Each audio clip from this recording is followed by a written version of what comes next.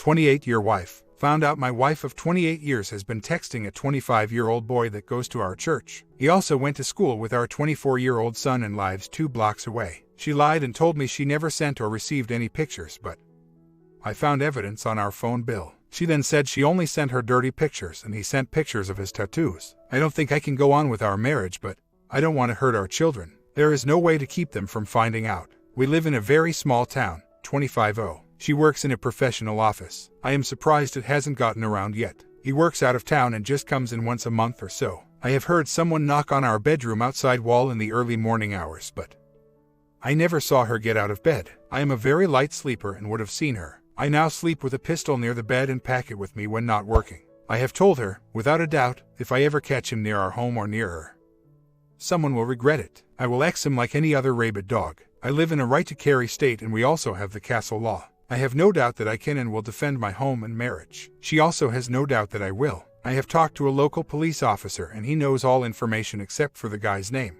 He agrees I have every right. He knows I have printed out all the information from the phone bill. I have written down all of my wife's story and lame excuses. He said if all this gets out of control, he would get the phone company to produce all of the texts and photos. He will also place a restraining order on him. In my state, all he has to do is be on my property, near my car, or near my wife or family to get X. I would not hesitate. I got her phone, recovered the deleted photos. She told the truth about the photos. I check our phone calls and texts daily. I do not trust her and I may never trust her again. She is well aware of the steps I will take to ensure this never happens again. I well know the laws covering this. I will exercise my rights to deal with her and him. I also retrieved the texts and have printed copies and gave her a copy to let her know that I know everything.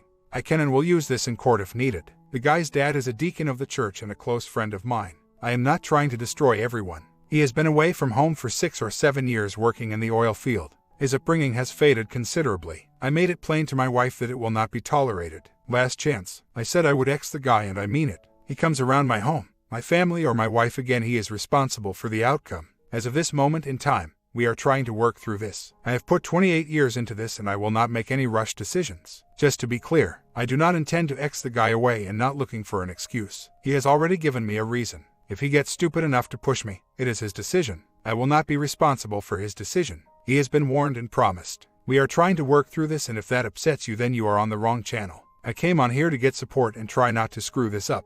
I have been through a lot worse in a previous marriage and may have given up too easily. I will not give up easily this time. I am partly to blame for what has happened and am smart enough to know that. 2 weeks ago, I found where he had sent a friend request to my wife on Facebook. I lost it then and unloaded on him. I told him to stay away from my wife and used lots of 4-letter words. I told him he was stupid for trying to friend her because everyone could see this, including his parents and my kids. I would not ever let him rest if this got around and to stay the duck away. He sent me a reply and said it was not him. He was the victim in this, that it was all her. She was the one texting, sending pictures and following him around. He said she is the predator and he never wanted anything to do with her. She is a stalker and I need to take care of her. He did not appreciate my disrespecting him with my language. Really a dumb guy. I told him that I have copies of the text and the 3 nude pictures he sent her. I also have a copy of the picture she sent him, cleavage only. I told him I have no respect for him and I would continue to use whatever language I wanted with him. The only reason I haven't kicked his ass was his parents, but if he ever tried anything again, I would go straight to his parents and the church. He is not the innocent one. He was just as guilty as her. He needs to look over his shoulder from now on. I told him that I have filed a police report and I will follow through with it if he causes any problems. I showed his note to my wife and she was really upset that he blamed all of it on her. She thought he really cared for her. So dumb. He cares for only what he can get from her. She now swears she hates his guts and will never try anything like this again. I said I will never trust her again and will not stop double-checking everything. If I ever find anything again, I will divorce her and not look back. Last night I told my wife she has until Jan. 1 to decide to be a wife again or I am out. I am making arrangements to buy a mobile home to put on the lot next door that I own. She got upset that I am still checking up on her. I told her to just deal with it. She created this crap, not me. She is basically just acting like we are just roommates. She is sleeping in our room and I am in another room. The reason I gave her until Jan 1 is to get through Christmas, so I can enjoy the time with my 4 kids and 6 grandkids. After that time, I just don't really give a damn. The reason for the move next door is so she will have to see me there and know it is her fault every day. I also told her I want to be treated just like she treated me while she was having her EA without her lover. Best treatment in our 28 years. We went places together as a couple, laughed, held hands, sit close together.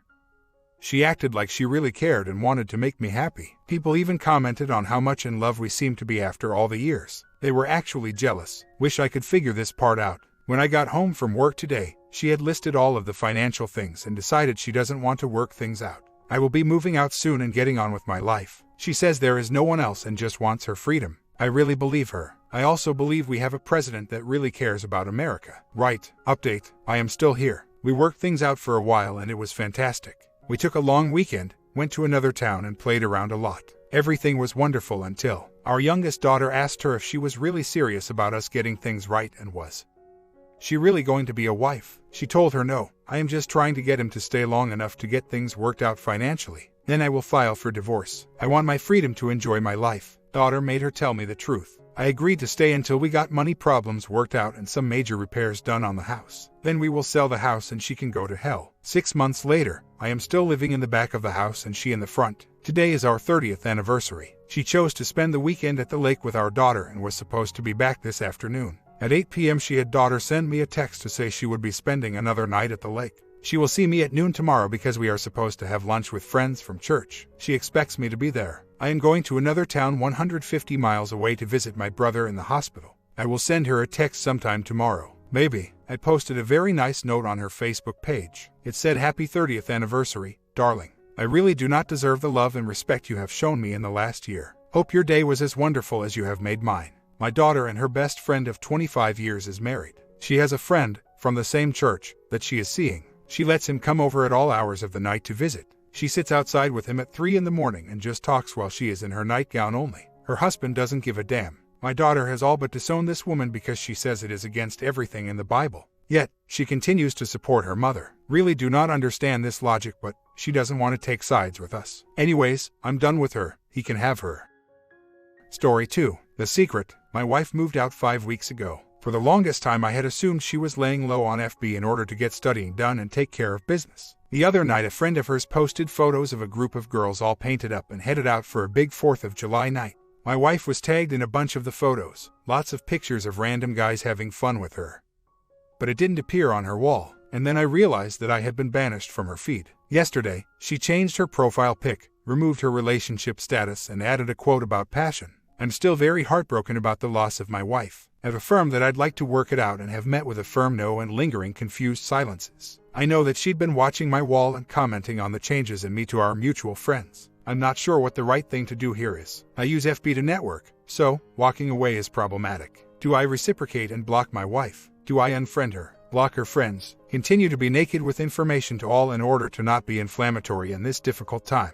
I don't know what the right etiquette is and I'm worried of acting out because of the new revelations. Thanks in advance for any help. I have a number of other issues but thought I'd save those for a post that had better history attached to it. The FB thing was tangential, seemed to distract from the other stuff. My main issues are Facebook and whether or not it's stopping me from moving on, or whether I'm blowing it out of proportion, etc. This middle ground between married and divorced is a mess. FB is ridiculously embedded in contemporary culture. I can't fight the haters. I have a mixed relationship with it, and that's the crux of my problem. It's a silly social networking site and I can't clearly figure out a way forward that isn't shooting myself in the foot. Other than staying classy, I'm still friends with X on FB, as it's a way to allay collateral damage from other people. From the advice here and elsewhere, what I did was, A. Unsubscribed my ex and her friends and relatives from my news feed, so that their posts wouldn't show up in my browsing. B. Changed their access to restricted, I think that's the word, so that they can only see my public posts. C. Changed my default so that all data from me posts only to friends and not public. So far, I think I've plugged all the holes without actually unfriending.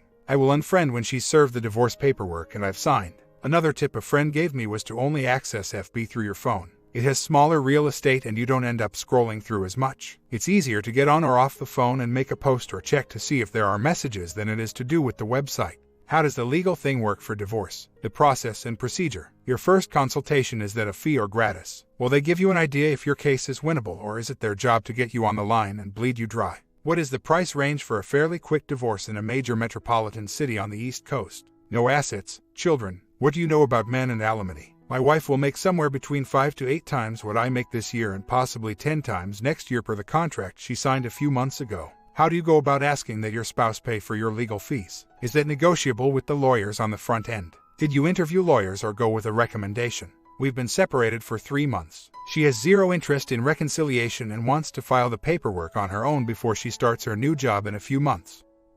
At a law firm, I am essentially unemployed. I have people telling me that it's not worth the hassle and to walk away. I have people telling me that you were building a life together and to not let her walk away unscathed. And then there's the moral issue around alimony. I'd love to hear your thoughts. I'm just beginning to get my head past the weariness of hope and moving to the next thing. 2 months later, as I round the corner here and approach my 6-month post-marriage mark, I'm getting ready to get on a plane to fly to meet my mom and spend the Thanksgiving holiday with her husband, and some friends. It's not the holiday that I would have imagined for me a short time ago. The turmoil and roiling hell that is the destruction of a marriage is breathtaking in its ability to redefine and reorganize the playing field. There is still more damage in my life than I can survey at an easy glance, but it would be too easy to wallow and succumb to the negative. I'm a much stronger person than I was a few months ago, and stronger still than the person I was that found me in this position to begin with. There is still love in my life, it just comes from different places. Most importantly, I'm learning to look for it first from within, so that I can give it to others in my life that deserve it. It's been a rough ride, but it gets better. It just does. About a month later, I've been handling things much better than the first 6 months of her moving out. But New Year's was much more difficult than I anticipated. I've felt mostly horrible and depressed for the past few days. Worse than Christmas. And then this morning I got a priority package with my final divorce papers. There was a sterile note attached to the docs about holding on to it for safekeeping. And to the front of it she attached a Christmas card, wishing me well and letting me know that she's available if I ever want a friendly chat. So as of December 28th, but really this morning, I'm officially divorced. I guess I could go back to thinking that is one less thing to think about and whatnot. But the damn card with the sidestepping friendliness just infuriates me. When I'd wanted to talk with her over the past 7 months, she would tell me that we'd already talked on one occasion. Anyway, I've officially graduated. I had a good final cry and allowed myself to melt down a bit this morning and then went for a long 360 bike ride. So, I'm turning this leaf and hoping that I catch some sort of break in 2020. If I can get my finances straight, I think I could finally push forward. Learning the other week that her during marriage law degree is an asset in the state of New York has made the high road I chose a bitter pill to swallow. When thousands become millions. Anyway, that was yesterday. Need to get in better shape, get my career straightened, and get a good time. The unholy trinity. I was comfortable with the pariah of being divorced while I was going through the process, as it seemed to sort of present me as damaged goods. My FB status has been private for a while now, but I'm thinking of going single because even though I'm divorced, I'm looking to mingle. And yes, ladies, I'm look at you, through a sea of yarn and thoughts most inappropriate. Doing a bit better today. Most the stuff that has me down is now the stuff in my life that I control and not baggage about her. Mostly, last night was a lot of tossing and turning about being angry about listing all the things she did to screw up the relationship versus her friendly chat Christmas card yesterday. I digress. Somewhere at about the 6-month separation point, I stopped being able to remember her smile and laugh, her scent, and a lot of details. She became more of a memory rather than a person. Barring yesterday, it's been much better since I filed for the 2nd time. Trying to contain the meltdown today. The anxiety just keeps ramping up. Most people talk about the liberation after the divorce papers. I feel like I'm back on month 3 and my internal dialogue is in overdrive. I'm literally screaming at her inside my head. Went to bed early last night in anticipation of going to this drunken concert that happens once a year at this time. As part of a live radio broadcast in New Jersey, the train down there was confused and I tried to correct it, but it eventually became me walking through lower Manhattan trying to find the Jersey train with an open station and finally giving up and coming home. So, a 2-hour commute on Sunday morning for naught. The entire time I could have circumvented things and gone directly to the venue, but I kept making my situation worse. Also had a nightmare about both my ex-dog and the job that caused me so much misery a few years ago. From like 4 to 8 this morning. So, losing sleep and high anxiety. Duck, I don't want to be back here again. At least I have a layer, just type that lawyer. Nice slip, X being a lawyer. Of awareness over the top of all the hell to sort of contain it, but it keeps ramping up. I guess the annual event today made it a sort of third holiday event of sorts. There is a very small chance she could be there, but more to the point, I have a dialogue with her there. I've achieved freedom, but I am far from liberated. Duck me, I'd rather be chatting about being drunk and chasing tail. 2 months later. Oh, the twists and turns, and then the roll. That's how they get you, isn't it? The roll. Life goes on. And that's the best thing I can say. Normal crazy, normal highs and lows. Lots of managing reality and expectations, and then you wake up and it's another day. When I was least looking for it, I found somebody new. I don't know where it will end up, but it's loving, adult, open and filled with all the hormones and pheromones of yore. She breaks all sorts of new ground for me, and it's all sorts of pitter-patter. I'd read often that you don't really move on from your last relationship until you're in your next one. I'd heard that a number of times before but met it with mixed blessings as sort of running from one thing to the next without dealing with it on your own terms. That said, having a chemical onrush of new certainly helps you burn out the old. I'm finally able to look at pics of my ex-wife without feeling like I'm being hit by an axe. Wishing her the best might be a stretch of the imagination, but a bland hot as light years from where I used to be. So I've moved on. I've been moving on for a while. Things slipping away. Her voice, her laugh, her smile. The things you think you'll never forget until they're just gone. But I am too. I no longer populate that burial ground of my former life. Some 18 months later, and I've turned in the key and moved on. Completely. If you know my story or are just getting caught up, I wanted to remind you that it's okay to move on, that things do get better, and life goes on. And then that next person appears and all of a sudden, a new chapter begins. They say that you won't move on until even you find your misery boring.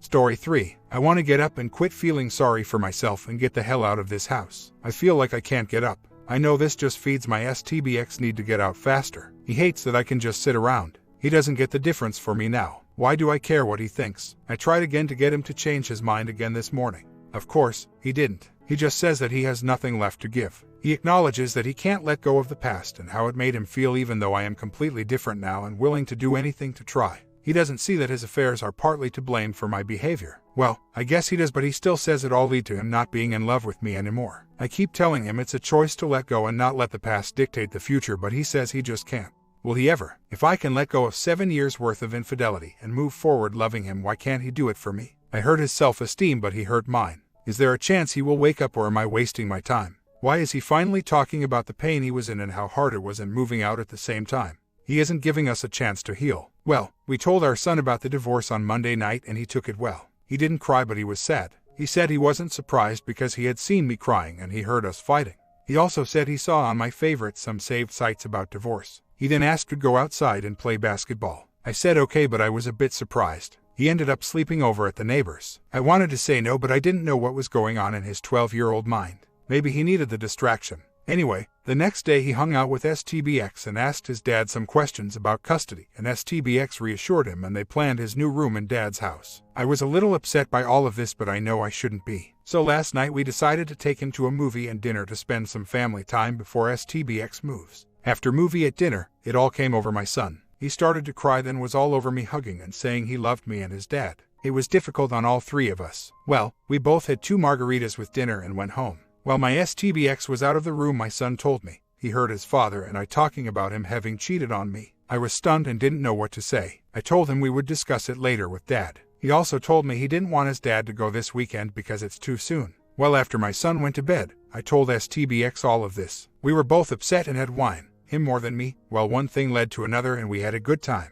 We cuddled all night and he caressed me this morning. Then he left to go furniture shopping for his new house. Why am I so stupid? I even told myself during that it meant nothing and not to get my hopes up. But I still did. We discussed this sort of thing 2 days ago and I told him that his touching me or initiating something was confusing and hurtful for me. He said he understood. So why can't he care or respect me enough to say no to me? This is so painful. My STBX is moving out tomorrow and will begin sleeping at his place, 5 doors down from me, Monday. I have only known he was leaving for about 10 days, so have been a huge mess. I am eating again, which is big for me. Anyway, was reading lots of posts this morning here and at sea and started feeling stronger. Decided I would try the 180 even though he is about to leave. He's been extremely nice, guilt I'm sure, so it's kept my hopes up and he's been sleeping in bed with me. Needed the comfort. I just need to begin to accept this. Anyway, within minutes of 180, just not talking to him, he was confused, patted me on my ass twice. Put his arm around me in car. Ignoring him, then bumping my knees to get attention at our son's basketball game. All of this made me feel really good at first, but then I started to get mad and really started to think about the past 13ers. That's when the first long-term affair started while I was going through vitro fertilization. I turned bonding into a job and didn't fulfill his needs, which is true. I found out when baby was 3 months old. He ended it. Begged forgiveness. We went to counseling a few times and he never even tried to make up for it nor change. In fact, he wrote a list at some point of the things he didn't like or respect about me. I became even more insecure, needy, and basically no bonding for a few years. I also pointed out how great other people's husbands were. I know, huge mistake. Anyhow, he started seeing her again for next 6 years, treated me like crap, and I turned more into myself, which he took to mean I didn't care. I found out about other women 1.5 years ago. He told me again what he didn't like about me, that he didn't like me and wasn't in love with me. Well, I begged for another chance and spent the whole time changing for the better, fighting for both of us to save it.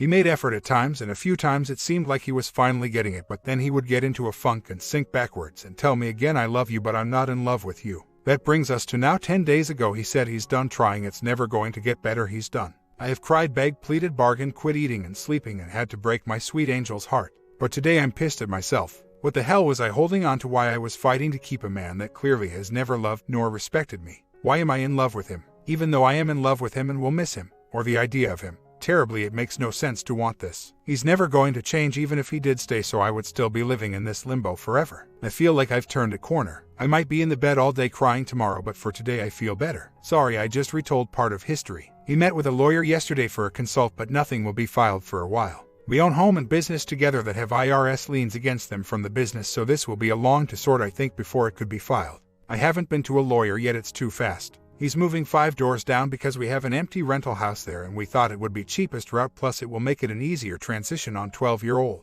I think it will make this a longer process for me though, as I can see his driveway from my front yard. Okay, so STBX was supposed to start sleeping at his place last night.